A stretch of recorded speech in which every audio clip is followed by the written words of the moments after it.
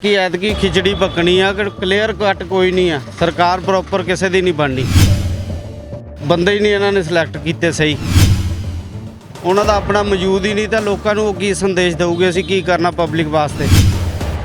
गल है जी, पहलों तो 5 साल दे विच कोई चक्कर बंदा कोई मारदा ही नहीं हैगा। आ 1 महीना जरा लगातार चक्कर मारते रहणगे, वोटां लैके फिर गुम हो जाणगे। फिर तुसीं वोटां दे मगर मगर फिरो, हुण तुहाडे मगर मगर ਉਹ ਫਿਰਦੇ ਆ। कि प्रगट सिंह जी ਤੁਹਾਡੀਆਂ कभी भी मुसीबतों का हल करन इत्थे नहीं है? ਪ੍ਰਗਟ ਸਿੰਘ ਕੀ ਕੋਈ ਵੀ ਐਮਐਲਏ ਨਹੀਂ ਆਉਂਦਾ ਜੀ। ਪ੍ਰਗਟ ਸਿੰਘ ਨੂੰ ਛੱਡੋ ਤੁਸੀਂ, ਜੀ ਹੈ ਸਾਰਿਆਂ ਨੂੰ ਕਹਿ ਦੇਣਾ, ਜਿੱਥੇ ਆਪਣਾ ਮਨ ਕਰੇਗਾ ਵੋਟ ਪਾ ਦਿਓ। प्रगट सिंह जी कि इन्होंने ਤੁਹਾਡੀਆਂ मुश्किलों का हल किया कुछ? ਦਰਸ਼ਨ ਹੀ ਨਹੀਂ ਹੋਏ ਤੇ ਹੱਲ ਕੀ ਕਰਨਾ ਉਹਨਾਂ ਨੇ। ਮਿਨਿਸਟਰ ਬਣ ਗਏ ਆ, 4 ਗੱਡੀਆਂ ਅੱਗੇ ਆ, 4 ਗੱਡੀਆਂ ਪਿੱਛੇ ਆ, ਠੀਕ ਹੈ। ਮੇਰੇ ਹਿਸਾਬ ਨਾਲ ਕੰਟੋਨਮੈਂਟ ਬੋਰਡ ਦੇ ਵਿੱਚ ਜੋ 7 ਵਾਰਡ ਹੈ ਨਾ, ਇਨ ਲੋਕਾਂ ਨੂੰ ਵੋਟ ਹੀ ਨਹੀਂ ਪਾਣੀ ਚਾਹੀਦੀ। ਮੋਦੀ ਕਹਿੰਦਾ ਮੈਂ ਇੰਨੇ ਲੱਖ ਮਕਾਨ ਬਣਾ ਕੇ ਦਿੱਤੇ, ਸਾਡੇ ਬਜ਼ੁਰਗਾਂ ਨੇ ਗਲਤੀ ਕੀਤੀ ਇੱਥੇ ਮਕਾਨ ਲੈ ਕੇ, ਜੋ ਕਿ ਉਹਨਾਂ ਦੀ ਰਜਿਸਟਰੀ ਵੀ ਨਹੀਂ ਹੋ ਰਹੀ। ਤੇ ਅਸੀਂ ਤਾਂ ਅੰਗਰੇਜ਼ ਹੀ ਚੰਗੇ ਸੀ ਕਿ ਸਾਡੇ ਆ ਜਿਹੜੀ ਗਵਰਨਮੈਂਟ ਤੋਂ ਤਾਂ ਪੰਜਾਬ ਗਵਰਨਮੈਂਟ ਦਾ ਸਿਵਲ ਹਸਪੀਟਲ ਹੈ, ਇੱਥੇ ਕੰਟੋਨਮੈਂਟ ਬੋਰਡ ਦਾ ਹਸਪੀਟਲ ਹੈ, ਇੱਥੇ ਸਾਰੀ ਫੈਸਿਲਿਟੀਜ਼ ਹੈ, ਉਹਨੇ ਇੱਕ ਕੰਮ ਹੀ ਕਰ ਦਿੰਦਾ। ਅਸੀਂ ਆਪਣੀ ਕੰਸਟਰਕਸ਼ਨ ਨਹੀਂ ਕਰ ਸਕਦੇ ਜੀ, ਇੱਥੇ ਕਿੱਟ ਨਹੀਂ ਲਾ ਸਕਦੇ। ਆਪਣੀ ਬਿਲਡਿੰਗ ਆਪਣੀ ਜਗ੍ਹਾ ਹੈਗੀ, ਆਪਾਂ ਕਿੱਟ ਨਹੀਂ ਲਾ ਸਕਦੇ ਆਪਣੀ ਬਿਲਡਿੰਗ ਤੇ। ਕੰਟੋਨਮੈਂਟ ਇਜਾਜ਼ਤ ਨਹੀਂ ਦਿੰਦਾ ਜੀ, ਪੈਸੇ ਮੰਗਦੇ, ਰਿਸ਼ਵਤ ਮੰਗਦੇ। ਸਾਂ ਟੀਵੀ ਦੇਖ ਰਹੇ तमाम ਦਰਸ਼ਕਾਂ ਦਾ ਸਵਾਗਤ ਹੈ। ਮੈਂ ਸਾਜਣ, ਹੁਣ ਅਸੀਂ ਇਸ ਵੇਲੇ ਆਏ ਹਾਂ ਜਲੰਧਰ ਦੇ ਕੈਂਟ ਹਲਕੇ ਦੇ ਵਿੱਚ। ਤੁਹਾਨੂੰ ਦੱਸ ਦਈਏ ਕਿ 2022 ਦੀਆਂ ਚੋਣਾਂ ਦਾ ਅਖਾੜਾ ਜਿਹੜਾ ਪੱਕ ਚੁੱਕਿਆ ਹੈ ਤੇ ਇੱਥੇ ਲੋਕ ਆਪਣਾ ਵੇਰਵਾ ਦੇਣਗੇ। ਆਪਾਂ ਉਹਨਾਂ ਕੋਲ ਵੇਰਵਾ ਸੁਣਾਂਗੇ ਕਿ ਕਿਸ ਪਾਰਟੀ ਨੂੰ ਉਹ ਵੋਟ ਦੇਣਗੇ। ਸੋ ਲੋਕਾਂ ਦੇ ਵਿੱਚ ਤੇ ਮਨਾਂ ਦੇ ਵਿੱਚ ਇਹੀ ਸਵਾਲ ਹੈ ਕਿਹੜੀ ਸਰਕਾਰ ਜਿਹੜੀ ਆ ਇੱਥੇ ਹੁਣ ਸੱਤਾ ਦੇ ਵਿੱਚ ਆਏਗੀ। ਸੋ ਆਪਾਂ ਗੱਲਬਾਤ ਕਰਦੇ ਆ ਇੱਥੇ ਦੇ ਲੋਕਾਂ ਨਾਲ। ਸਤਿ ਸ਼੍ਰੀ ਅਕਾਲ। ਸਤਿ ਸ਼੍ਰੀ ਅਕਾਲ ਜੀ। ਕੀ ਨਾਮ ਆ ਸਰ ਆਪਣਾ? ਨਵਨੀਤ ਅੱਬੀ ਜੀ। ਸਰ 2022 ਦੀਆਂ ਚੋਣਾਂ ਹੁਣ ਜਿਵੇਂ ਜਿਵੇਂ ਨਜ਼ਦੀਕ ਆ ਰਹੀਆਂ, ਹਰੇਕ ਪਾਰਟੀ ਆਪਣੇ ਆਪਣੇ ਦਾਅ ਪੇਚ ਦਿਖਾਣੇ ਸਟਾਰਟ ਕਰਤੇ ਨੇ। ਤੁਸੀਂ ਕਿਸ ਪਾਰਟੀ ਨੂੰ ਸਮਰਥਨ ਦਿਓਗੇ?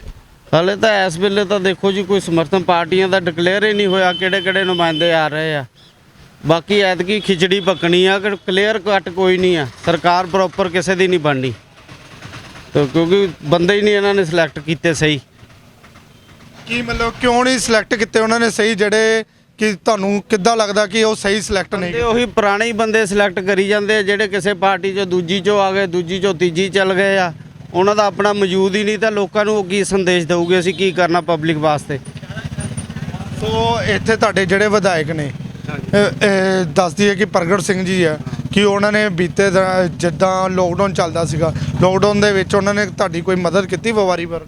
ਦੇਖੋ, ਮਦਦ ਵਪਾਰੀ ਵਰਗ ਦੀ ਹਲੇ ਤੱਕ ਕਿਸੇ ਨੇ ਨਹੀਂ ਕੀਤੀ, ਪਰ ਪ੍ਰਗਟ ਸਿੰਘ ਉਹਨਾਂ ਦਾ ਫਿਰ ਵੀ ਥੋੜਾ ਬਹੁਤਾ ਰੁਝਾਅ ਹੈਗਾ ਆ ਵੀ ਉਹ ਹਲੇ ਨੰਬਰ 1 ਤਾਂ ਉਹੀ ਚੱਲ ਰਹੇ ਆ। ਕੀ ਲੱਗਦਾ ਕਿ ਉਹ ਦੁਬਾਰਾ ਸੱਤਾ ਦੇ ਵਿੱਚ ਆ ਸਕਦੇ ਨੇ? ਉਮੀਦ ਉਹਨਾਂ ਦੀ ਪੂਰੀ ਆ ਜੀ। ਬਾਕੀ ਹਲੇ ਉਹਨਾਂ ਦੇ ਮੁਕਾਬਲੇ ਦਾ ਬੰਦਾ ਕੈਂਡੀਡੇਟ ਕੋਈ ਆਇਆ ਨਹੀਂ ਹਲੇ। ਦੇਖਦੇ ਹਾਂ ਜੀ ਕੀ ਬਣਦਾ ਜੀ, ਕਿਹੜੀ ਨਵਾਂ ਸੱਤਾ ਆਉਂਦਾ ਕੋਈ ਕੀ ਬਣਦਾ ਜੀ। ਕੱਲ ਐਮਐਲਏ ਸਾਹਿਬ ਆਏ ਸੀ ਜੀ ਇੱਥੇ, ਉਹਨਾਂ ਨੇ ਪੂਰਾ ਆਸ਼ਵਾਸਨ ਦਿੱਤਾ ਜੀ, ਕੈਂਟ ਵਾਸੀਆਂ ਦੀ ਪੂਰੀ ਹੈਲਪ ਹੋਏਗੀ ਜੀ ਇਹਦੇ 'ਚ ਆਉਣ ਵਾਲੇ ਸਮੇਂ 'ਚ। ਕੋਈ ਚੋਣਾਂ ਵਾਲੀ ਗੱਲਬਾਤ ਹੈ ਨਹੀਂ ਜੀ ਅੱਜ ਕੱਲ੍ਹ, ਕੋਈ ਪਾਰਟੀ ਸਟਰੋਂਗ ਹੈ ਹੀ ਨਹੀਂ ਜੀ। ਕਿਵੇਂ ਕਹਿ ਸਕਦੇ ਹੋ ਕੋਈ ਪਾਰਟੀ ਸਟਰੋਂਗ ਨਹੀਂ ਹੈ? ਕੋਈ ਵੀ ਪਾਰਟੀ ਸਟਰੋਂਗ ਨਹੀਂ ਲੱਗਦੀ ਜੀ, ਸਾਰੇ ਇੱਕੋ ਜਿਹੇ ਹੀ ਹੈਗੇ, ਸਭ ਚੱਟੇ ਬੱਟੇ ਹੀ ਜੀ ਹੈ। ਕੀ ਮਤਲਬ ਆ ਕਿ ਸਾਰੇ ਚੱਟੇ ਇਹ ਆ ਵੀ ਹਾਲੇ ਤੱਕ ਤਾਂ ਪਹਿਲੇ ਸੀਟਾਂ ਹੀ ਨਹੀਂ ਅਨਾਉਂਸ ਕੀਤੀਆਂ ਕਈਆਂ ਪਾਰਟੀਆਂ ਨੇ। ਜਿੱਦਾਂ ਕਿ 3 ਪਾਰਟੀਆਂ ਦੀਆਂ ਤਾਂ ਸੀਟਾਂ ਅਨਾਉਂਸ ਹੋ ਚੁੱਕੀਆਂ, ਜਿੱਦਾਂ ਕਿ ਠੀਕ ਆ। ਇੱਥੇ ਕੈਂਟ ਹਲਕੇ ਦੇ ਵਿੱਚੋਂ ਇੱਕ ਪਾਰਟੀ ਰਹਿ ਗਈ ਆ, ਉਹਨਾਂ ਦਾ ਕੈਂਡੀਡੇਟ ਹਾਲੇ ਜਿੱਦਾਂ ਕਿ ਉਹਨਾਂ ਨੇ ਚੁਣਨਾ ਵਾ। ਬਾਕੀ ਤਾਂ ਹੋ ਚੁੱਕਿਆ ਕਿ ਉਹਨਾਂ ਦੇ ਵਿੱਚ ਤੁਸੀਂ ਦੇਖਿਆ ਹੋਣਾ ਵਿਚਰ ਕੇ ਕਿ ਉਹਨਾਂ ਦਾ ਕੀ ਸੁਭਾਅ ਆ, ਕਿੱਦਾਂ ਦੇ ਨੇ ਉਹ ਲੋਕ ਜਿਹੜੇ ਹੁਣ ਪਾਰਟੀਆਂ ਚੋਂ। ਗੱਲ ਇਹ ਹੈ ਜੀ, ਪਹਿਲੋਂ ਤਾਂ 5 ਸਾਲ ਦੇ ਵਿੱਚ ਕੋਈ ਚੱਕਰ ਬੰਦਾ ਕੋਈ ਮਾਰਦਾ ਹੀ ਨਹੀਂ ਹੈਗਾ, ਕੋਈ ਕੈਂਡੀਡੇਟ ਨਹੀਂ ਆਉਂਦਾ। ਆ 1 ਮਹੀਨਾ ਜਰਾ ਲਗਾਤਾਰ ਚੱਕਰ ਮਾਰਦੇ ਰਹਿਣਗੇ, ਵੋਟਾਂ ਲੈ ਕੇ ਫਿਰ ਗੁੰਮ ਹੋ ਜਾਣਗੇ। ਫਿਰ ਤੁਸੀਂ ਵੋਟਾਂ ਦੇ ਮਗਰ ਮਗਰ ਫਿਰੋ, ਹੁਣ ਤੁਹਾਡੇ ਮਗਰ ਮਗਰ ਉਹ ਫਿਰਦੇ ਆ। ਇੱਥੇ ਤੇ ਹਿਸਾਬ ਹੈ ਜੀ। ਕਿ ਪ੍ਰਗਟ ਸਿੰਘ ਜੀ ਤੁਹਾਡੀਆਂ ਕਦੀ ਵੀ ਮੁਸੀਬਤਾਂ ਦਾ ਹੱਲ ਕਰਨ ਇੱਥੇ ਨਹੀਂ ਹੈ? ਪ੍ਰਗਟ ਸਿੰਘ ਕੀ ਕੋਈ ਵੀ ਐਮਐਲਏ ਨਹੀਂ ਆਉਂਦਾ ਜੀ। ਪ੍ਰਗਟ ਸਿੰਘ ਨੂੰ ਛੱਡੋ ਤੁਸੀਂ, ਪ੍ਰਗਟ ਸਿੰਘ ਨੂੰ ਛੱਡੋ। ਕੋਈ ਵੀ ਐਮਐਲਏ ਜਦ ਘਰ ਬਣ ਗਿਆ ਨਾ, ਦੁਬਾਰਾ ਕੈਂਟ 'ਚ ਨਹੀਂ ਵੜਦਾ, ਕਿਸੇ ਦੁੱਖ ਸੁੱਖ ਹੀ ਨਹੀਂ ਸਾਥੀ ਬਣਦਾ। ਤੇ ਹੁਣ ਉਹ ਤੁਹਾਡੇ ਕੋਲ ਵੋਟਾਂ ਲੈਣ ਆ ਰਹੇ ਆ, ਤੁਸੀਂ ਹੁਣ ਉਹਨਾਂ ਨੂੰ ਕੀ ਕਹਿੰਦੇ ਹੋ ਕਿ ਹੁਣ ਵੀ ਸਾਰੇ ਜੀ ਆਇਆਂ ਨੂੰ ਜਿੱਥੇ ਦਿਲ ਕਰੇਗਾ ਵੋਟ ਪਾਵਾਂਗੇ ਜੀ ਆਇਆਂ ਸਾਰਿਆਂ ਨੂੰ ਕਹਿ ਦੇਣਾ, ਜਿੱਥੇ ਆਪਣਾ ਮਨ ਕਰੇਗਾ ਵੋਟ ਪਾ ਦੇਣਾ। ਜੇ ਵੋਟਾਂ ਪਾਉਣ ਤੋਂ ਬਾਅਦ ਵੀ ਤੁਸੀਂ ਇੱਕ ਐਮਐਲਏ 5 ਸਾਲ ਦੀ ਐਮਐਲਏ ਨੂੰ ਚੁਣਦੇ ਹੋ, ਜੇ ਉਹ ਫੇਰ ਵੀ ਨਾ ਤੁਹਾਡਾ ਕੰਮ ਕੋਈ ਕਰੇ ਨਾ ਫੇਰ ਤੁਸੀਂ ਕੀ ਕਰੋਗੇ? ਫਿਰ ਅੱਗੋਂ ਨਵਾਂ ਸੋਚਾਂਗੇ ਜੀ, ਫਿਰ ਤੇ ਹੀ ਅਗਲਾ ਨਵਾਂ ਸੋਚਣਾ ਪੈਣਾ ਵਾ। ਪ੍ਰਗਟ ਸਿੰਘ ਜੀ, ਕੀ ਇਹਨਾਂ ਨੇ ਤੁਹਾਡੀਆਂ ਮੁਸ਼ਕਲਾਂ ਦਾ ਹੱਲ ਕੀਤਾ ਕੁਝ? ਮੇਰੇ ਹਿਸਾਬ ਨਾਲ ਤਾਂ ਕੋਈ ਖਾਸ ਗੱਲ ਮੁਸ਼ਕਲਾਂ ਦਾ ਕੋਈ ਹੱਲ ਕੀਤੇ ਨਹੀਂ, ਦਰਸ਼ਨ ਹੀ ਨਹੀਂ ਹੋਏ ਤੇ ਹੱਲ ਕੀ ਕਰਨਾ ਉਹਨਾਂ ਨੇ। ਇੱਕ ਵਾਰ ਵੀ ਨਹੀਂ ਇੱਥੇ ਆਏ ਤੁਹਾਨੂੰ? ਮਹਾਰਾਜ ਜੀ ਇੱਕ ਅੱਧੀ ਵਾਰੀ ਆਏ ਤੇ ਕੀ ਆਏ, ਮਿਨਿਸਟਰ ਬਣ ਗਏ ਆ, 4 ਗੱਡੀਆਂ ਅੱਗੇ ਆ 4 ਗੱਡੀਆਂ ਪਿੱਛੇ ਆ, ਠੀਕ ਹੈ। ਇਹਨਾਂ ਨੇ ਬੀਤੇ ਦਿਨੀ ਤੁਹਾਨੂੰ ਇੱਕ ਗੱਲ ਦੱਸ ਦਈਏ, ਇਹਨਾਂ ਦੇ ਘਰ ਦੇ ਬਾਹਰ ਧਰਨਾ ਲੱਗਾ ਸੀਗਾ ਟੀਚਰਾਂ ਵੱਲੋਂ, ਅਧਿਆਪਕਾਂ ਵੱਲੋਂ। ਉਹਨਾਂ ਦੇ ਉੱਤੇ ਉਹ ਆਪਣੀਆਂ ਮੰਗਾਂ ਨੂੰ ਲੈ ਕੇ ਉੱਥੇ ਬੈਠੇ ਸੀਗੇ ਕਿ ਸਾਨੂੰ ਜਿਹੜੇ ਕੱਚੇ ਮੁਲਾਜ਼ਮ ਆ ਉਹ ਪੱਕੇ ਕੀਤੇ ਜਾਣ, ਬੇਰੁਜ਼ਗਾਰ ਸੀਗੇ ਉਹਨਾਂ ਨੂੰ ਵੀ ਨੌਕਰੀ ਦਿੱਤੀ ਜਾਵੇ, ਤੇ ਉਹਨਾਂ ਦੇ ਉੱਤੇ ਇਹਨਾਂ ਨੇ ਲਾਠੀ ਚਾਰਜ ਕਰਾਇਆ। ਉਹਨਾਂ ਨੂੰ ਕਿਵੇਂ ਦੇਖਦੇ ਹੋ? ਨਹੀਂ, ਲਾਠੀ ਚਾਰਜ ਨਹੀਂ ਸੀ ਕਰਾਉਣਾ ਚਾਹੀਦਾ ਜੀ। ਜਿਹੜੇ ਵਿਚਾਰੇ ਇੰਨੇ ਡੈਮ ਦੇ ਲੱਗੇ ਹੋਇਆ, ਇੱਕ ਬੰਦਾ ਟੈਂਕੀ ਤੇ ਚੜਿਆ ਸੀ ਪਾਣੀ ਦੀ ਟੈਂਕੀ ਦੇ ਉੱਪਰ, ਟੈਂਕੀ ਦੇ ਉੱਤੇ ਉਹਦੀ ਵਿਚਾਰੇ ਦੀ ਕੋਈ ਸੁਣਵਾਈ ਨਹੀਂ ਹੋਈ। ਕਿੰਨੇ ਦਿਨਾਂ ਬਾਅਦ ਉਤਰਿਆ? 75 ਦਿਨਾਂ ਬਾਅਦ ਥੱਲੇ ਉਤਰਿਆ ਜੀ ਉਹ। 73 ਨਹੀਂ 109 ਦਿਨ ਸਾਡੇ ਹਿਸਾਬ ਨਾਲ 75 ਦਿਨ ਬੰਦੇ ਸੀਗੇ, ਤੁਹਾਨੂੰ ਖਿਆਲ ਹੀ ਹੋਏਗਾ। ਨਹੀਂ 109 ਦਿਨ। ਚਲੋ 109 ਦਿਨ, ਉਸ ਵਿਚਾਰ ਦਾ ਕੁਝ ਨਹੀਂ ਬਣਿਆ ਤਾਂ ਬਾਕੀਆਂ ਦਾ ਕੀ ਬਣਨਾ ਸੀ? ਉਹਦੇ ਇੰਨੀ ਠੰਡ ਦੇ ਵਿੱਚ ਉੱਪਰ ਬੈਠਾ ਰਿਹਾ ਵਾ, ਕੁਝ ਬਣਿਆ ਨਹੀਂ ਬਣਿਆ। ਕੋਈ ਨਾ ਕੋਈ ਉਹ ਆਸ ਉਮੀਦ ਲੈ ਕੇ ਇਹਨਾਂ ਕੋਲ ਆਏ ਸੀਗੇ, ਇਹਨਾਂ ਨੂੰ ਸੁਣਨੀ ਚਾਹੀਦੀ। ਇਹਨਾਂ ਦੀ ਸਮੱਸਿਆ ਹੱਲ ਕਰਨੀ ਚਾਹੀਦੀ ਸੀਗੀ, ਪ੍ਰਗਟ ਸਿੰਘ ਨੂੰ ਕਰਨੀ ਚਾਹੀਦੀ ਸੀਗੀ, ਆਪਾਂ ਤਾਂ ਇਹੀ ਕਹਿੰਦੇ। ਤੇ ਇੱਥੇ ਤੁਹਾਡੇ ਵਿਧਾਇਕ ਰਹੇ ਨੇ ਉਹ, ਕਿ ਹੁਣ ਤੁਹਾਡੀਆਂ ਮੁਸ਼ਕਲਾਂ ਨੂੰ ਸੁਣਨਗੇ, ਹੁਣ ਜੇ ਤੁਹਾਡੇ ਕੋਲ ਆਣਗੇ ਹੁਣ ਸੁਣਨਗੇ ਤੇ ਅੱਗੋਂ ਫਿਰ ਬਣ ਜਾਣਗੇ, ਨਹੀਂ ਸੁਣਨਗੇ ਤੇ ਫਿਰ ਅੱਗੋਂ ਚੇਂਜ ਵਾਲਾ ਨਵਾਂ ਹਿਸਾਬ ਆਏਗਾ ਜੀ, ਨਵੀਂ ਜਨਰੇਸ਼ਨ ਆਏਗੀ। ਹਾਂ ਨਹੀਂ ਗੱਡੀ ਨਹੀਂ ਚੜ੍ਹਦੇ ਆਪਾਂ, ਗੱਡੀ ਕਈਆਂ ਨੂੰ ਚੜਾ ਕੇ ਜਾਵਾਂਗੇ, ਕੋਈ ਇਦਾਂ ਦੀ ਗੱਲ ਨਹੀਂ। ਪਰਮਾਤਮਾ ਸਭ ਨੂੰ ਤੰਦਰੁਸਤੀ ਦੇਵੇ। 13 ਕਿਲੋਮੀਟਰ ਸਾਈਕਲ ਚਲਾ ਗੱਲ ਇਹ ਜੀ, 13 ਕਿਲੋਮੀਟਰ ਜਾਣਾ। ਤੰਦਰੁਸਤੀ ਦੇਵੇ, ਸਾਰੇ ਵੋਟ ਪਾਣ, ਜਿੱਥੇ ਦਿਲ ਕਰੇ ਉੱਥੇ ਵੋਟ ਪਾਣ ਜਾ ਕੇ। ਥੱਲੇ ਤੋਂ ਲੈ ਕੇ ਉੱਪਰ ਤੱਕ ਸਾਰਾ ਢਾਂਚਾ ਹੀ ਖਰਾਬ ਆ। ਜ਼ੀਰੋ ਤੋਂ ਇਹਨਾਂ ਨੂੰ ਸਟਾਰਟ ਕਰਨਾ ਪੈਣਾ, ਥੱਲੇ ਬੇਸ ਤੋਂ ਕਿੱਦਾਂ ਕਰਨਾ ਆ। ਇਹਨਾਂ ਦੇ ਲੀਡਰਾਂ ਦੇ ਇਕੱਲਿਆਂ ਦੇ ਪੱਲੇ ਕੁਝ ਨਹੀਂ ਆ। ਕਿਤੇ ਕੰਮ ਕਰਾਉਣ ਚੱਲ ਜਾਓ, ਕਿਤੇ ਦਫ਼ਤਰ ਚੱਲ ਜਾਓ, ਕੋਈ ਸੁਣਵਾਈ ਨਹੀਂ ਕਿਸੇ ਦੀ, ਕੋਈ ਕੁਝ ਨਹੀਂ। ਲੀਡਰਾਂ ਦੇ ਚਹੇਤੇ ਬੈਠੇ ਆ ਕੁਰਸੀਆਂ ਤੇ, ਕੰਮ ਕੌਣ ਕਰੂਗਾ? ਤੁਸੀਂ ਕਿਸੇ ਦੀ ਸ਼ਿਕਾਇਤ ਕਰ ਦਿਓ, ਕੋਈ ਗੱਲਬਾਤ ਨਹੀਂ। ਸਮਾਂ ਉਲਟਾ ਆ ਕੇ ਜਿਹੜਾ ਸ਼ਿਕਾਇਤ ਕਰਦਾ ਉਹਨੂੰ ਘੇਰਦੇ ਲੋਕ। ਕੁਝ ਨਹੀਂ ਹੈ ਇਹਨਾਂ ਦੇ ਕੋਲ। ਯੰਗ ਜਨਰੇਸ਼ਨ ਨੂੰ ਅੱਗੇ ਲਿਆਓ, ਜਿਹੜੇ ਪੜ੍ਹੇ ਲਿਖੇ ਮੁੰਡੇ ਉਹਨਾਂ ਨੂੰ ਲੀਡਰ ਬਣਾਓ, ਫਿਰ ਗੱਲ ਬਣਦੀ ਆ ਕੋਈ। ਇਹ ਪੁਰਾਣੀ ਪੀੜ੍ਹੀ ਸਾਰੀ ਕਰਪਟ ਹੀ ਆ। ਨਵਾਂ ਬੰਦਾ ਆਉਣਾ ਚਾਹੀਦਾ, ਨਵੇਂ ਯੰਗ ਜਨਰੇਸ਼ਨ ਨੂੰ ਲਿਆਓ ਜਿਹੜੇ ਕੁਝ ਕਰਨ, ਦੇਸ਼ ਦੇ ਲਈ ਕਰਨ। ਇਹਨਾਂ ਨੂੰ ਤਾਂ ਆਪਣੇ ਘਰ ਭਰਨ ਦਾ ਪਤਾ ਬਸ। ਹਰੇਕ ਪਾਰਟੀ ਜਿੱਦਾਂ ਕਿ ਨਵੀਂ ਜਨਰੇਸ਼ਨ ਜਿਹੜੀ ਆ ਰਹੀ ਆ, ਹਰੇਕ ਪਾਰਟੀ ਕਈ ਚਿਹਰੇ ਨਵੇਂ ਲਿਆਂਦੇ ਨੇ, ਕਈ ਪੁਰਾਣੇ ਚਿਹਰਿਆਂ ਨੂੰ ਸੀਟਾਂ ਦੇ ਦਿੱਤੀਆਂ ਗਈਆਂ ਕਿ ਨਵੀਂ ਪਾਰਟੀ ਦੇ ਜਿਹੜੇ ਨਵੇਂ ਚਿਹਰੇ ਸੀਗੇ ਉਹ ਵੀ ਰੁੱਸ ਗਏ ਨੇ, ਤੇ ਉਹਨਾਂ ਨੂੰ ਕਿਵੇਂ ਦੇਖਦੇ ਹੋ? ਨਵੇਂ ਚਿਹਰੇ ਹੁਣ ਠੀਕ ਆ, ਅੱਗੇ ਉਮੀਦਾਂ ਹੈ ਉਹਨਾਂ ਤੋਂ, ਕੁਝ ਨਵੇਂ ਆਏ ਆ ਜਿਹੜੇ ਇਹਨਾਂ ਨੇ ਸਿਲੈਕਟ ਕੀਤੇ ਬੰਦੇ, ਨਵੇਂ ਹੀ ਕੁਝ ਕਰਨਗੇ। ਆਮ ਆਦਮੀ ਪਾਰਟੀ ਦੇ ਵਿੱਚ ਚਿਹਰੇ ਸਾਰੇ ਨਵੇਂ ਹੀ ਆਣਗੇ, ਉਹ ਕੁਝ ਨਾ ਕੁਝ ਕਰਨਗੇ। ਰੁਝਾਨ ਸਾਰਿਆਂ ਦਾ ਉਧਰ ਹੀ ਆ ਫਿਲਹਾਲ। ਆਮ ਆਦਮੀ ਪਾਰਟੀ ਦੀ ਗੱਲ ਕਰ ਲਈਏ ਆਪਾਂ ਜੇ, ਆਮ ਆਦਮੀ ਪਾਰਟੀ ਨੇ ਜਿਹੜੀਆਂ ਸੀਟਾਂ ਸੀਗੀਆਂ, ਕੁਝ ਸੀਟਾਂ ਜਿਹੜੀਆਂ ਸੀਗੀਆਂ ਉਹਨਾਂ ਤੇ ਬਲੇਮ ਲੱਗ ਰਹੇ ਨੇ ਕਿ ਉਹਨਾਂ ਨੇ ਪੈਸੇ ਦੇ ਕੇ ਸੀਟਾਂ ਤੇ ਵੇਚੀਆਂ ਨੇ, ਕਿਵੇਂ ਦੇਖਦੇ ਹੋ? ਦੇਖੋ, ਕੋਈ ਐਸੀ ਪਾਰਟੀ ਨਹੀਂ ਅੱਜ ਕੱਲ ਜਿਹੜੀ ਪੈਸੇ ਲੈ ਕੇ ਸੀਟ ਨਾ ਦਵੇ। ਜੇ ਆਮ ਆਦਮੀ ਪਾਰਟੀ ਨੇ ਲੈ ਲਏ ਤਾਂ ਉਹ 'ਚ ਆਬਜੈਕਸ਼ਨ ਕਰਨ ਦੀ ਲੋੜ ਨਹੀਂ। ਉਹ ਖਰਚੇ ਪਰਚੇ ਸਭ ਦੇ ਇੱਦਾਂ ਹੀ ਚੱਲਦੇ ਆ। ਤੁਸੀਂ ਕਿਸੇ ਮਹਿਕਮੇ ਚੱਲ ਜਾਓ, ਪੈਸੇ ਤੋਂ ਬਗੈਰ ਕੋਈ ਗੱਲਬਾਤ ਨਹੀਂ। ਇਹ ਤਾਂ ਪੋਲਿਟਿਕਸ ਆ, ਇਹਦੇ 'ਚ ਤਾਂ ਸਾਰਾ ਕੁਝ ਜਾਇਜ਼ ਆ। ਮੇਰੇ ਹਿਸਾਬ ਨਾਲ ਕੰਟੋਨਮੈਂਟ ਬੋਰਡ ਦੇ ਵਿੱਚ ਜੋ 7 ਵਾਰਡ ਹੈ ਨਾ, ਇਨ ਲੋਕਾਂ ਨੂੰ ਵੋਟ ਹੀ ਨਹੀਂ ਪਾਣੀ ਚਾਹੀਦੀ। ਉਹਦਾ ਰੀਜ਼ਨ ਹੈ ਕਿ ਸਾਡਾ ਕੋਈ ਕੰਟੋਨਮੈਂਟ ਬੋਰਡ ਦਾ ਨਾ ਪੰਜਾਬ ਗਵਰਨਮੈਂਟ ਨਾਲ ਕੋਈ ਮਤਲਬ ਹੀ ਨਹੀਂ ਹੈ। ਨਾ ਤਾਂ ਇਹ ਕੋਈ ਡਿਵੈਲਪਮੈਂਟ ਕਰਦੇ ਹੈ, ਨਾ ਕੁਛ ਉਹ ਦੇਖਦੇ ਹੈ। ਕੋਈ ਸੈਂਟਰ ਤੋਂ ਬੰਦਾ ਆਂਦਾ ਹੈ, ਹੁਣ ਜਦੋਂ MP ਹੈ ਸੰਤੋਖ ਚੌਧਰੀ, ਉਸਨੇ ਅੱਜ ਤੱਕ ਕੰਟੋਨਮੈਂਟ ਲੋਕਾਂ ਦੀ ਜਿਹੜੀ ਪ੍ਰੋਬਲਮ ਹੈ ਕੋਈ ਪਾਰਲੀਮੈਂਟ 'ਚ ਨਹੀਂ ਉਠਾਈ। ਹਿੰਦੁਸਤਾਨ ਆਜ਼ਾਦ ਹੋ ਗਿਆ, ਲੋਕਾਂ ਨੂੰ ਇਹ ਮਕਾਨ ਦੇ ਰਿਹਾ ਹੈ, ਲਾਲ ਲਕੀਰ 'ਚ ਮਕਾਨ ਦੇ ਰਿਹਾ ਹੈ। ਮੋਦੀ ਕਹਿੰਦਾ ਮੈਂ ਇੰਨੇ ਲੱਖ ਮਕਾਨ ਬਣਾ ਕੇ ਦਿੱਤੇ। ਸਾਡੇ ਬਜ਼ੁਰਗਾਂ ਨੇ ਗਲਤੀ ਕੀਤੀ ਇੱਥੇ ਮਕਾਨ ਲੈ ਕੇ, ਜੋ ਕਿ ਉਹਨਾਂ ਦੀ ਰਜਿਸਟਰੀ ਵੀ ਨਹੀਂ ਹੋ ਰਹੀ। ਅਸੀਂ ਪੈਸੇ ਦਿੱਤੇ ਹੋਏ ਆ ਥਾਂ ਦੇ, ਅਸੀਂ ਜ਼ਮੀਨ ਦੇ ਵੀ ਪੈਸੇ ਦਿੱਤੇ, ਮਲਬੇ ਦੇ ਵੀ ਪੈਸੇ ਦਿੱਤੇ ਹੈ, ਗੌਰਨਮੈਂਟ ਆਫ ਇੰਡੀਆ ਨੂੰ ਵੀ ਪੈਸੇ ਦਿੱਤੇ ਹੈ ਰੀਹੈਬਿਟੇਸ਼ਨ 'ਚ। ਇੱਥੇ ਅਸੀਂ ਤਾਂ ਗੁਲਾਮ ਦੀ ਜ਼ਿੰਦਗੀ ਜੀ ਰਹੇ ਹਾਂ। ਤੇ ਛਾਉਣੀ ਵਾਸੀ ਹੈ। ਇਹਨਾਂ ਨੂੰ ਤਾਂ ਸਾਨੂੰ ਤਾਂ ਮੈਂ ਕਹਿੰਦਾ ਕੰਟੋਨਮੈਂਟ ਬੋਰਡ ਦੇ ਕਿਸੇ ਬੰਦੇ ਨੂੰ ਵੋਟ ਹੀ ਨਹੀਂ ਪਾਣੀ ਚਾਹੀਦੀ ਹੈ।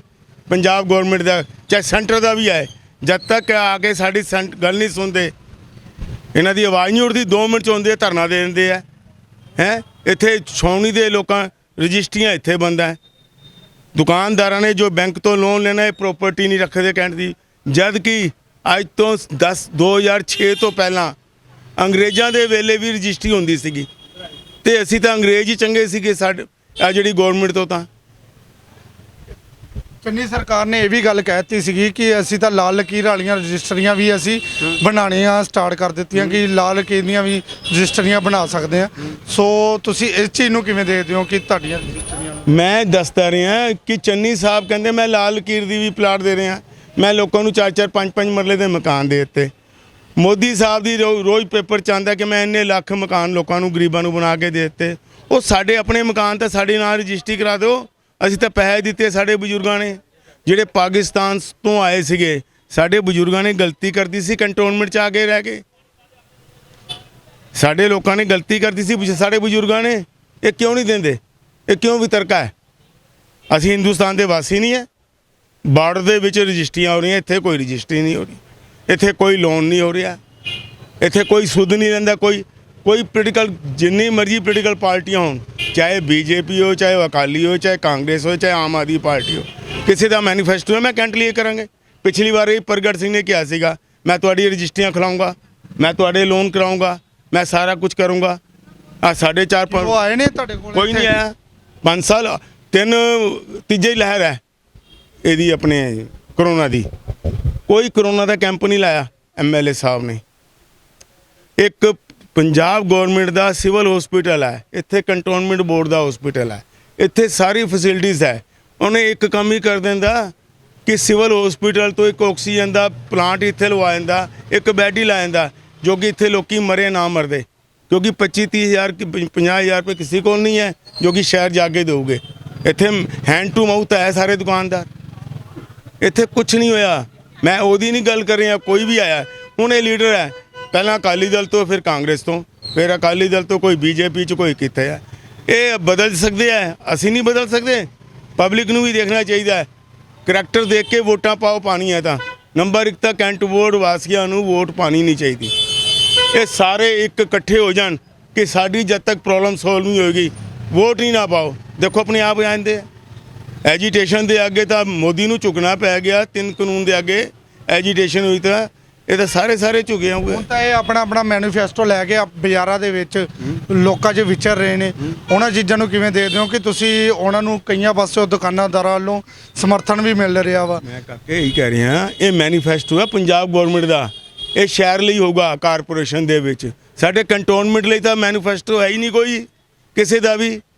ਇਹ ਕੰਟੋਨਮੈਂਟ ਕਿਉਂ ਨਹੀਂ ਦੱਸਦੇ ਕਿ ਸਾਡੇ ਲਈ ਵੀ ਕੋਈ ਮੈਨੀਫੈਸਟੋ ਪਾਵੋ ਕੈਂਟ ਦੇ ਵਿੱਚ? ਤੁਹਾਡੇ ਤੁਸੀਂ ਆਪਣੀਆਂ ਮੰਗਾਂ ਲੈ ਕੇ ਉਹਨਾਂ ਮੋਰੇ ਜਾਓਗੇ, ਉਹ ਤਾਂ ਹੀ ਪਾਣਗੇ। ਕਿੰਨੀ ਵਾਰ ਦਸੀਏ ਕਿਹਨਾਂ ਨੂੰ ਦੱਸਿਆ ਸੀ? ਸਾਰਿਆਂ ਨੂੰ ਦੱਸਿਆ ਜਿਹੜੇ ਇਲੈਕਸ਼ਨ ਲੜ ਰਿਹਾ। ਕਿਹਨੂੰ ਬਰਾੜ ਨੂੰ ਵੀ ਦੱਸਿਆ, ਪ੍ਰਗਟ ਨੂੰ ਵੀ ਦੱਸਿਆ, ਆ ਜਿਹੜਾ ਆਪਣੇ ਮੱਕੜ ਸਾਹਿਬ ਹੈ ਇਹਨਾਂ ਨੂੰ ਵੀ ਦੱਸਿਆ। ਇਸ ਤੋਂ ਇਲਾਵਾ ਜਿਹੜੇ ਐਮਪੀ ਦੇ ਸੰਤੋਖ ਚੌਧਰੀ ਇਲੈਕਸ਼ਨ ਲੜੇ 2 ਵਾਰੀ ਜਿੱਤੇ ਹੈ, ਉਹਨਾਂ ਨੂੰ ਵੀ ਦੱਸਿਆ। ਕੀ ਕਹਿਣਾ ਉਹਨਾਂ ਦਾ? ਅਸੀਂ ਚ ਕੰਟੋਨਮੈਂਟ ਦੀ ਪ੍ਰੋਬਲਮ ਹੈ ਸਾਡੀਆਂ, ਉਹ ਹਰੇਕ ਬੰਦੇ ਨੂੰ ਪਤਾ ਹੈ, ਇਹ ਨਹੀਂ ਪਤਾ। ਉਹ ਕਹਿੰਦੇ ਕੀ ਹੋ ਗਿਆ ਇੱਥੇ 20,000 ਵੋਟ ਹੈ ਤਾਂ ਸਾਡੇ ਕੋਲ, ਬਾਕੀ ਤਾਂ ਵੋਟ ਜ਼ਿਆਦਾ ਹੈ ਨਾ। ਜਿੱਤਣ ਲਈ ਤਾਂ ਇੱਕ ਵੋਟ ਵੀ ਕੀਮਤੀ ਹੁੰਦੀ ਆ, ਤੇ ਇੱਥੇ 20,000 ਵੋਟ ਆ, ਥੋੜੀ ਨਹੀਂ ਹੁੰਦੀ 20,000 ਵੋਟ। ਸਾਰੇ ਬੰਦੇ ਖੜੇ ਆ, ਪੁੱਛੋ ਕਿੰਨੀ ਵਾਰ ਆਇਆ ਐਮਐਲਏ ਵੀ ਇੱਥੇ, ਆ ਪੁੱਛੋ ਇਹਨਾਂ ਕੋਲੋਂ 5 ਸਾਲਾਂ 'ਚ ਕਿੰਨੀ ਵਾਰ ਆਇਆ, ਬਸ ਪੁੱਛੋ ਕਿੰਨੀ ਵਾਰ ਆਇਆ। ਕਿਸੇ ਬੰਦੇ ਕੋਲ ਨਹੀਂ ਭਾਜੀ, ਕਦੇ ਨਹੀਂ। ਅਸੀਂ ਆਪਣੀ ਕੰਸਟਰਕਸ਼ਨ ਨਹੀਂ ਕਰ ਸਕਦੇ ਜੀ, ਇੱਥੇ ਕਿੱਟ ਨਹੀਂ ਲਾ ਸਕਦੇ। ਆਪਣੀ ਬਿਲਡਿੰਗ ਆਪਣੀ ਜਗ੍ਹਾ ਹੈਗੀ, ਆਪਾਂ ਕਿੱਟ ਨਹੀਂ ਲਾ ਸਕਦੇ ਆਪਣੀ ਬਿਲਡਿੰਗ ਤੇ। ਕੰਟੋਨਮੈਂਟ ਇਜਾਜ਼ਤ ਨਹੀਂ ਦਿੰਦਾ ਜੀ, ਪੈਸੇ ਮੰਗਦੇ, ਰਿਸ਼ਵਤ ਮੰਗਦੇ। ਕਿੰਨੇ ਪੈਸਿਆਂ ਦੀ ਮੰਗ ਕੀਤੀ? ਲੱਖਾਂ ਰੁਪਏ ਮੰਗਦੇ ਜੀ। ਸਾਡੇ ਕੋਲ ਕੌਣ ਆਇਆ ਸੀ? ਨਹੀਂ ਸਾਡੇ ਕੋਲ ਅਸੀਂ ਤਾਂ ਬਣਾਇਆ ਹੀ ਕੁਛ ਨਹੀਂ। ਮਤਲਬ ਸਾਨੂੰ ਪਤਾ ਹੈ ਜੀ ਇਸ ਚੀਜ਼ ਦੇ ਵਿੱਚ ਨਾ, ਦੇਖੋ ਇੱਕ ਚੀਜ਼ ਹੈ, ਹਰੇਕ ਥਾਂ ਦਾ ਇੱਕ ਫਾਈਨ ਹੁੰਦਾ ਹੈ, ਨਹੀਂ ਸਮਝੇ ਗੱਲ। ਜਦ ਕੰਟੋਨਮੈਂਟ ਦੀ ਲੈਂਡ ਪਾਲਿਸੀ ਆਈ ਸੀ 1995 ਦੀ, ਉਹਦੇ 'ਚ ਇਹ ਆਇਆ ਸੀਗਾ ਕਿ ਕਿਸੇ ਬੰਦੇ ਨੇ ਵਿਦਆਊਟ ਪਰਮਿਸ਼ਨ ਜੇ ਮਕਾਨ ਬਣਾਇਆ ਹੈ ਤੇ ਉਹਦਾ ਨਾਂ ਤੁਸੀਂ ਸਕੁਅਰ ਫੁੱਟ ਦੇ ਹਿਸਾਬ ਨਾਲ ਫਾਈਨ ਪਾਸ ਕਰ ਦਿਓ। ਮੈਂ ਉਸ ਵੇਲੇ ਸੀਗਾ ਵਾਈਸ ਪ੍ਰੈਜ਼ੀਡੈਂਟ ਕੰਟੋਨਮੈਂਟ ਬੋਰਡ ਦਾ। 1995 ਚ ਅਸੀਂ ਰੈਜੂਲੇਸ਼ਨ ਪਾਸ ਕੀਤਾ ਕਿ ਜਿਸ ਬੰਦੇ ਨੇ ਮਕਾਨ ਬਣਾਇਆ ਹੈ ਔਰ ਬਿਨਾਂ ਪਰਮਿਸ਼ਨ ਤੋਂ ਬਣਾਇਆ ਉਹਨੂੰ ਇਹ ਫਾਈਨ ਕੀਤਾ ਜਾਵੇ, ਉਹਨੂੰ ਰੈਗੂਲਰ ਕਰਤਾ ਜਾਏ। ਇਹ ਉਸ ਚੀਜ਼ ਨੂੰ ਨਹੀਂ ਕਰ ਰਹੇ। ਅੱਜ ਕਿੰਨੇ ਮਕਾਨਾਂ ਦੇ ਨੋਟਿਸ ਆਏ ਆ, ਕਿਸੇ ਦੀ ਵੀ ਕੰਪੋਜੀਸ਼ਨ ਲਈ ਇਹਨਾਂ ਨੇ ਨਹੀਂ ਦਿੱਤਾ। ਹਾਂ ਵੀ ਤੁਸੀਂ ਕੰਪੋਜੀਸ਼ਨ ਦੇ ਹਿਸਾਬ ਨਾਲ ਜੋ ਕੰਟੋਨਮੈਂਟ ਬੋਰਡ ਦਾ ਰੈਜੂਲੇਸ਼ਨ ਪਾਸ ਹੋਇਆ ਹੈ, ਉਸ ਹਿਸਾਬ ਨਾਲ ਤੁਸੀਂ ਪੈਸੇ ਜਮ੍ਹਾਂ ਕਰਾਓ ਤੇ ਤੁਹਾਡੀ ਉਹ ਕਰਦੇ ਨੇ। ਹੁਣ ਜੋ ਲੋਕੀ ਕਹਿੰਦੇ ਆ ਅੰਡਰ ਹੈਂਡ ਜੋ ਚੱਲਦਾ ਹੈ, ਕੁਝ ਵੀ ਚੱਲਦਾ ਹੈ, ਇਹ ਬੰਦਾ ਕੋਈ ਮੂੰਹੋਂ ਨਹੀਂ ਬੋਲ ਸਕਦਾ ਕਿਉਂਕਿ ਸਾਡੇ ਕੋਲ ਕੋਈ ਪ੍ਰੂਫ ਨਹੀਂ ਹੈ। ਬਾਕੀ ਕੰਟੋਨਮੈਂਟ ਨੂੰ ਸਾਰਿਆਂ ਨੂੰ ਪਤਾ ਹੈ। ਇਸ ਵੇਲੇ ਜੋ ਬੰਦਾ ਹੈ, ਇੱਕ ਗਰੀਬ ਆਦਮੀ, ਜੋ ਇਹਨਾਂ ਨੇ ਗੱਲ ਕੀਤੀ ਹੈ ਨਾ, ਇੱਕ ਗਰੀਬ ਆਦਮੀ ਹਿੰਦੁਸਤਾਨ 'ਚ ਆਪਣੇ ਇੱਥੇ ਯੂਪੀ ਦੇ, ਬਿਹਾਰ ਦੇ ਇੱਥੇ ਭਈਏ ਹਨ, ਹਰੇਕ ਨੂੰ ਕਹਿੰਦੇ ਸਵੱਛ ਭਾਰਤ ਅਭਿਆਨ ਚਲਾਉਣਾ ਹੈ। ਹਰੇਕ ਨੂੰ 25,000 50,000 ਰੁਪਏ ਬਾਥਰੂਮ ਬਣਾਉਣ ਨੂੰ ਦੇ ਰਿਹਾ ਹੈ। ਇੱਥੇ ਬਾਥਰੂਮ ਬਣਾਉਣ ਨੂੰ ਅਗਰ ਆਪਣਾ ਪੈਸੇ ਤੋਂ ਬਾਥਰੂਮ ਬਣਾਉਂਦਾ ਨਾ ਤੇ ਕੈਂਟ ਬੋਰਡ ਦੇ ਬੰਦੇ ਆ ਕੇ ਸਮਾਨ ਚੱਕ ਕੇ ਲੈ ਜਾਂਦੇ ਆ, ਉਹਨੂੰ ਨੋਟਿਸ ਭੇਜਦੇ ਆ ਕਿ ਤੇਰਾ ਡਿਮੋਲਿਸ਼ ਕਰ ਦਿਆਂਗੇ। ਅਸੀਂ ਹਿੰਦੁਸਤਾਨ ਦੇ ਵਾਸੀ ਨਹੀਂ ਹੈ। ਸਾਨੂੰ ਦੱਸੋ ਇੱਥੋਂ ਅਗਰ ਸੈਂਟਰ ਤੋਂ ਪੈਸੇ ਆਏ ਹੋਗੇ ਸਵੱਛ ਭਾਰਤ ਅਭਿਆਨ ਦੇ ਜਾਂ ਲੋਕਾਂ ਨੂੰ ਬਾਥਰੂਮ ਬਣਾਉਣ ਦੇ, ਕਿਸੇ ਛਾਉਣੀ 'ਚ ਇੱਕ ਬੰਦੇ ਨੂੰ ਬਾਥਰੂਮ ਦੇ ਪੈਸੇ ਦਿੱਤੇ ਹੋਣ? ਇੱਕ ਬੰਦਾ ਤਾਂ ਦੱਸੋ ਕਿ ਜਿਹਨੂੰ ਪੈਸੇ ਦਿੱਤੇ ਹੋਣ ਔਰ ਲੱਖਾਂ ਰੁਪਏ ਆਏ ਹੋਣੇ। ਕੋਈ ਪੈਸਾ ਨਹੀਂ, ਸਗੋਂ ਜੋ ਬਣਾਉਂਦੇ ਵੀ ਆਪਣੇ ਪੈਸੇ ਤੋਂ ਉਹਨੂੰ ਨਹੀਂ ਬਣਾ ਦਿੰਦੇ। ਮਤਲਬ ਕਿ ਵਿਤਰਕਾ ਕਿਉਂ? ਅਸੀਂ ਪਾਕਿਸਤਾਨ ਤਾਂ ਨਹੀਂ ਰਹਿ ਰਹੇ, ਅਸੀਂ ਵੀ ਹਿੰਦੁਸਤਾਨ ਦੇ ਹੈ। ਸਾਡੇ ਬਜ਼ੁਰਗਾਂ ਨੇ ਵੀ ਆਜ਼ਾਦੀ ਲਈ ਨਾ ਲੜਾਈ ਲੜੀ ਹੈ, ਨਹੀਂ ਸਮਝੇ? ਤੇ ਅਸੀਂ ਤਾਂ ਗੁਲਾਮੀ ਦੀ ਜ਼ਿੰਦਗੀ ਤੋਂ ਜ਼ਿਆਦਾ ਗੁਲਾਮ ਜੀ ਰਹੇ ਹਾਂ। ਛਾਉਣੀ ਦਾ ਕੋਈ ਬੰਦਾ ਜਾ ਕੇ ਜੋ ਮੈਂ ਕਿਹਾ, ਕਿਸੇ ਬੰਦੇ ਕੋਲ ਪੁੱਛੋ, ਅਗਰ ਉਹ ਕਹੂਗਾ ਹਾਂ ਵੀ ਇਹ ਗਲਤ ਹੈ ਤਾਂ ਜੋ ਆਪਾਂ ਹਰਜਾਨਾ ਦੇਣ ਨੂੰ ਤਿਆਰ ਹੈ। ਕਿ ਕੋਈ ਨਹੀਂ ਸਾਡੀ ਸੁਣਦਾ। ਪ੍ਰਗਟ ਸਿੰਘ ਜੀ ਕੈਬਨਿਟ ਦੇ ਵਿੱਚ ਵੀ ਰਹੇ ਨੇ, ਕੈਬਨਿਟ ਮੰਤਰੀ ਵੀ ਰਹੇ ਨੇ, ਕਿ ਉਹਨਾਂ ਨੂੰ ਤੁਸੀਂ ਆਪਣਾ ਜੇ ਸੁਝਾਅ ਦਿੰਦੇ ਜਾਂ ਆਪਣਾ ਮੰਗਾਂ ਲੈ ਕੇ ਉਹਨਾਂ ਕੋਲ ਜਾਂਦੇ, ਸ਼ਾਇਦ ਉਹ ਅੱਗੇ ਜਾ ਕੇ ਗੱਲ ਕਰਦੇ ਕਿ ਉਹਨਾਂ ਨੇ ਕੀਤੀ। ਮੈਂ ਕਿਹਾ ਇੱਕ ਵਾਰੀ ਨਹੀਂ ਗਏ ਉਹਦੇ ਕੋਲ। ਛਾਉਣੀ ਦੇ ਜਿਹੜੇ ਨੁਮਾਇੰਦੇ ਹੈ, ਜਿਹੜੇ ਉਹਨਾਂ ਦੀ ਪਾਰਟੀ ਦੇ ਬੰਦੇ ਆ, ਉਹ ਵੀ ਉਹਨਾਂ ਕੋਲ ਗਏ ਹੈ, ਤਾਂ ਵੀ ਕੋਈ ਸੁਣਾਈ ਨਹੀਂ ਹੋਈ। ਕੋਈ ਡੈਪੂਟੇਸ਼ਨ ਜਾ ਕੇ ਨਹੀਂ ਮਿਲਿਆ। ਹਾਂ ਵੀ ਜਾ ਕੇ ਡਿਫੈਂਸ ਮਿਨਿਸਟਰ ਨੂੰ ਜਾਂ ਪ੍ਰਧਾਨ ਮੰਤਰੀ ਨੂੰ ਜਾਂ ਕਿਸੇ ਨੂੰ ਜਾ ਕੇ ਮਿਲੋ, ਕੋਈ ਕੰਮ ਹੋਵੇ। ਹੁਣ ਵੀ ਹੈ, ਹੁਣ ਅਮੈਂਡਮੈਂਟ ਹੋ ਰਹੀ ਹੈ। ਜਿਸ ਵੇਲੇ 2006 ਦੇ ਵਿੱਚ ਇਹ ਕੰਟੋਨਮੈਂਟ ਬੋਰਡ ਦੀ ਅਮੈਂਡਮੈਂਟ ਹੋਈ ਹੈ, ਉਸ ਵੇਲੇ ਰਾਜ ਸਭਾ 'ਚ ਸਰੇਆਮ ਜੋ ਆਪੋਜੀਸ਼ਨ ਦੀ ਲੀਡਰ ਸੀਗੀ ਸੁਸ਼ਮਾ ਸਵਰਾਜ, ਉਹਨੇ ਸਰੇਆਮ ਕਿਹਾ ਸੀਗਾ ਇਹ ਕੰਟੋਨਮੈਂਟ ਦਾ ਜਿਹੜਾ ਐਕਟ ਆ ਰਿਹਾ ਨਾ, ਇਹ ਕਾਲਾ ਕਾਨੂੰਨ ਹੈ, ਇਹ ਬਿਊਰੋਕਰੇਟ ਦਾ ਹੈਗਾ, ਡੈਮੋਕ੍ਰੇਸੀ ਦਾ ਨਹੀਂ। ਕੰਟੋਨਮੈਂਟ ਐਕਟ ਨੂੰ ਤੁਸੀਂ ਪੂਰਾ ਸਟੱਡੀ ਕਰੋ, ਆਪਣੇ ਚੈਨਲ ਦੇ ਥਰੂ ਸਾਰਾ ਸਟੱਡੀ ਕਰਾਓ। ਅਗਰ ਉਹ ਡੈਮੋਕ੍ਰੇਸੀ ਵਾਲਾ ਐਕਟ ਹੋਊਗਾ ਨਾ, ਜੋ ਕਹਿਣਾ ਦੇ ਦਾਂਗੇ, ਸਾਰਾ ਡਿਕਟੇਟਰਸ਼ਿਪ ਵਾਲਾ ਐਕਟ ਹੈ। ਹਿੰਦੁਸਤਾਨ ਦਾ ਕਨਸਟੀਟਿਊਸ਼ਨ ਜਿਹੜਾ ਹੈ ਨਾ, ਉਹ ਸਾਰਿਆਂ ਲਈ ਇੱਕ ਹੋਣਾ ਚਾਹੀਦਾ ਹੈ। ਇਹ ਨਹੀਂ ਇਹ ਕੰਟੋਨਮੈਂਟ ਹੈ ਤੇ ਹਿੰਦੁਸਤਾਨ ਦਾ ਕਨਸਟੀਟਿਊਸ਼ਨ ਨਹੀਂ ਚੱਲੇਗਾ। ਉਹਨਾਂ ਨੇ ਹੁਣ ਤੁਹਾਡੀਆਂ ਗੱਲਾਂ ਨਹੀਂ ਸੁਣੀਆਂ। ਤੁਸੀਂ ਪ੍ਰਗਟ ਸਿੰਘ ਤੋਂ ਆਪਣੇ ਸੁਝਾਅ ਲੈ ਕੇ ਗਏ ਸੀਗੇ, ਆਪਣੇ ਮੰਗ ਲੈ ਕੇ ਗਏ ਸੀਗੇ ਕਿ ਆਪਣੀਆਂ ਮੰਗਾਂ ਉਹਨਾਂ ਮੋਰੇ ਰੱਖੀਆਂ, ਉਹਨਾਂ ਨੇ ਤੁਹਾਡੀਆਂ ਮੰਗਾਂ ਨਹੀਂ ਮੰਨੀਆਂ। ਜੇ ਹੁਣ ਉਹ ਤੁਹਾਡੇ ਕੋਲ ਆਪਣੇ ਮੈਨੀਫੈਸਟੋ ਲੈ ਕੇ ਅੱਗੇ ਆਉਂਦੇ ਨੇ ਵੋਟਾਂ ਮੰਗਣ, ਤੁਹਾਡਾ ਕੀ ਰਵੱਈਆ ਹੋਊਗਾ? ਇਹ ਲੋਕਾਂ ਨੂੰ ਪਤਾ ਹੀ ਹੈ। ਜੋ 3 ਦਿਨ ਤੋਂ ਇਹ ਜਾ ਰਿਹਾ ਲੋਕਾਂ ਕੋਲ ਗੱਲਾਂ ਹੀ ਸੁਣ ਰਹੇ ਹੋ ਨਾ। ਮੈਂ ਨਹੀਂ ਕਹਿੰਦਾ ਚੰਗਾ ਲੱਗਦਾ, ਨਹੀਂ ਸਮਝੇ ਗੱਲ, ਲੇਕਿਨ ਤੁਸੀਂ ਪਬਲਿਕ ਕੋਲੋਂ ਪੁੱਛੋ ਕਿ ਹਾਂ ਵੀ ਉਹ 2-3 ਦਿਨ ਤੋਂ ਸਰਵੇ ਕਰ ਰਿਹਾ, ਲੋਕੀ ਕੀ ਕਹਿ ਰਹੇ ਉਹਨੂੰ, ਉਹ ਇਹੀ ਗੱਲ ਕਰ ਰਿਹਾ ਹੈ, ਆਪਣਾ ਦੁਖੜਾ ਹੀ ਰੋ ਰਿਹਾ ਹੈ। ਕੋਈ ਇੱਥੇ ਕੋਈ ਛਾਉਣੀ 'ਚ ਕੋਈ ਬੰਦਾ ਨਾ ਤਾਂ 2 ਨੰਬਰ ਦਾ ਕੋਈ ਕੰਮ ਕਰਦਾ, ਨਾ ਕੋਈ ਚਿੱਟੇ ਦਾ ਕੰਮ ਕਰਦਾ, ਕੋਈ ਕਿਸੇ ਕੋਲ ਡਰਦਾ ਨਹੀਂ ਹੈ। ਆਪਣੀ ਹੱਥ ਮਿਹਨਤ ਕਰਕੇ ਦੁਕਾਨਦਾਰ ਆਦਮੀ ਜਾਂ ਕੁਝ ਵੀ ਹੈ, ਉਹ ਕੰਮ ਕਰਦੇ। ਸ਼ਾਂਤੀ ਛਾਉਣੀ ਦਾ ਜਿਹੜਾ ਵਾਤਾਵਰਨ ਹੈ, ਬੜਾ ਸ਼ਾਂਤੀ, ਇੱਥੇ ਕੋਈ ਲੜਾਈ ਨਹੀਂ ਹੈ। ਕੋਈ ਬੀਜੇਪੀ ਦਾ ਹੈ, ਕੋਈ ਕਾਂਗਰਸ ਦਾ, ਕੋਈ ਅਕਾਲੀ ਦਲ ਦਾ। ਜਦ ਇਹ ਉੱਪਰ ਜਾ ਕੇ ਇਕੱਠੇ ਹੁੰਦੇ ਨੇ, ਇੱਥੇ ਪਹਿਲਾਂ ਆਪਸ 'ਚ ਲੜਾਈ ਹੁੰਦੀ ਸੀ, ਹੁਣ ਸਾਰੇ ਸਮਝ ਗਏ ਆ ਇਹ 2 ਮਿੰਟ ਦਾ ਲੀਡਰ ਹਰ 5 ਸਾਲ ਬਾਅਦ ਤਾਂ ਆਪਣੀ ਪਾਰਟੀ ਬਦਲ ਲੈਂਦੇ ਆ। ਸਾਨੂੰ ਕੀ ਜ਼ਰੂਰਤ ਹੈ ਅਸੀਂ ਕਿਸੇ ਚੀਜ਼ ਦਾ ਕੰਮ, ਕੋਈ ਵਰਕਰ ਨਹੀਂ ਮਿਲਣਾ ਕਿਸੇ ਪਾਰਟੀ ਨੂੰ। ਸਹੀ ਗੱਲ ਕਹਿ ਰਹੇ ਹੋ ਤੁਸੀਂ, ਇਹ ਪਾਰਟੀ ਬਦਲ ਲੈਂਦੇ ਆ। ਜਿੱਦਾਂ ਕਿ ਪ੍ਰਗਟ ਸਿੰਘ ਜੀ ਆ, ਕਦੀ ਇਹ ਆਪਣੀ ਪਾਰਟੀ ਦੇ ਵਿੱਚ ਜਦੋਂ 4 ਸਾਲ ਇਹ ਕੰਮ ਕਰ ਲੈਂਦੇ ਆ, ਫਿਰ ਦੂਜੀ ਪਾਰਟੀ ਦੀਆਂ ਗੱਲਾਂ ਕਰਨ ਲੱਗ ਪੈਂਦੇ, ਆਪਣੀ ਪਾਰਟੀ ਨੂੰ ਮਾੜਾ ਕਹਿਣ ਲੱਗ ਪੈਂਦੇ ਹੋ।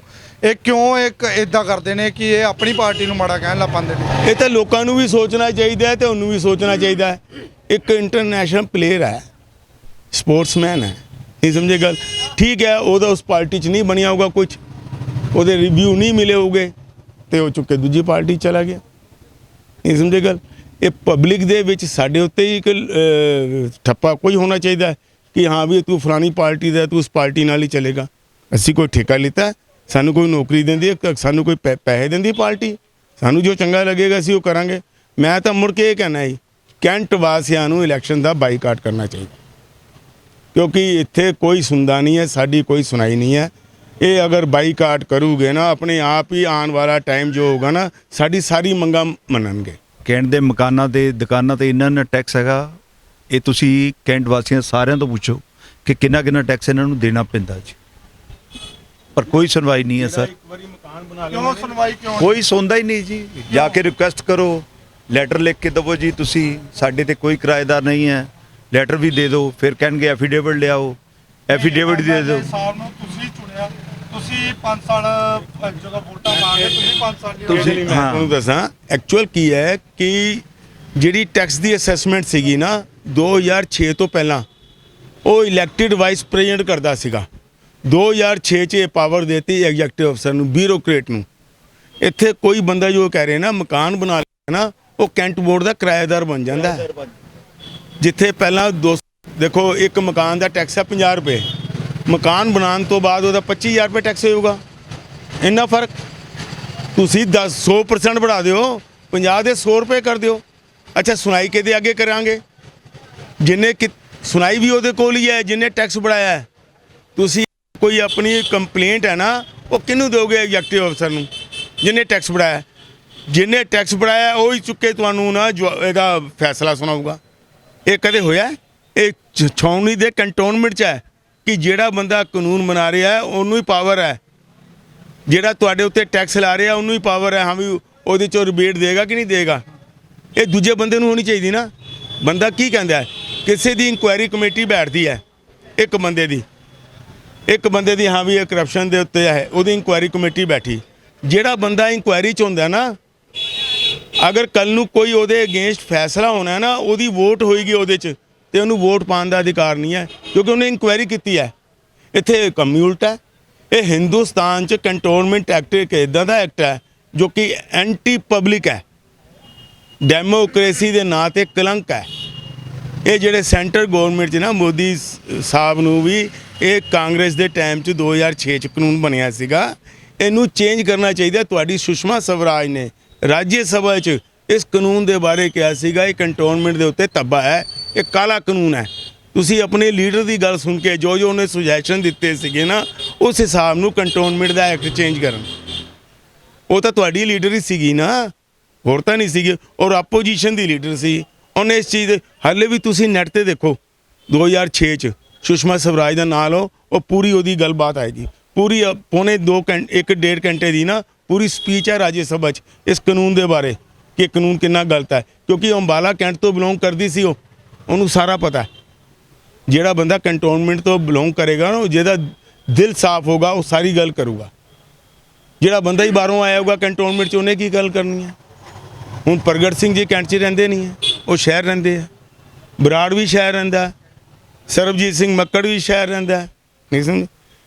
ਮੈਂ ਇਸ ਕਰਕੇ ਜੋ ਬੰਦਾ ਜਿੱਥੇ ਦਾ ਉਹਨੂੰ ਦਰਦ ਦਾ ਪਤਾ ਹੋਊਗਾ ਇੱਥੇ ਕੀ ਦਰਦ ਹੈ। ਸੰਤਾਨ ਪ੍ਰਾਪਤੀ, ਕਾਰੋਬਾਰ ਵਿੱਚ ਘਾਟਾ, ਵਿਦੇਸ਼ ਯਾਤਰਾ ਵਿੱਚ ਦੇਰੀ, ਪਤੀ ਪਤਨੀ ਵਿੱਚ ਕਲੇਸ਼, ਪੜ੍ਹਾਈ ਵਿੱਚ ਮਨ ਨਾ ਲੱਗਣਾ, ਪ੍ਰੇਮ ਵਿਆਹ ਸਿਰੇ ਨਾ ਚੜ੍ਹਨਾ, ਕੋਰਟ ਕਚਹਿਰੀਆਂ ਦੇ ਚੱਕਰਾਂ ਦੀ ਪਰੇਸ਼ਾਨੀ ਤੋਂ ਮੁਕਤੀ ਲਈ ਪਹੁੰਚੋ ਮੀਆਂ ਬਸ਼ੀਰ ਖਾਨ ਜੀ ਕੋਲ।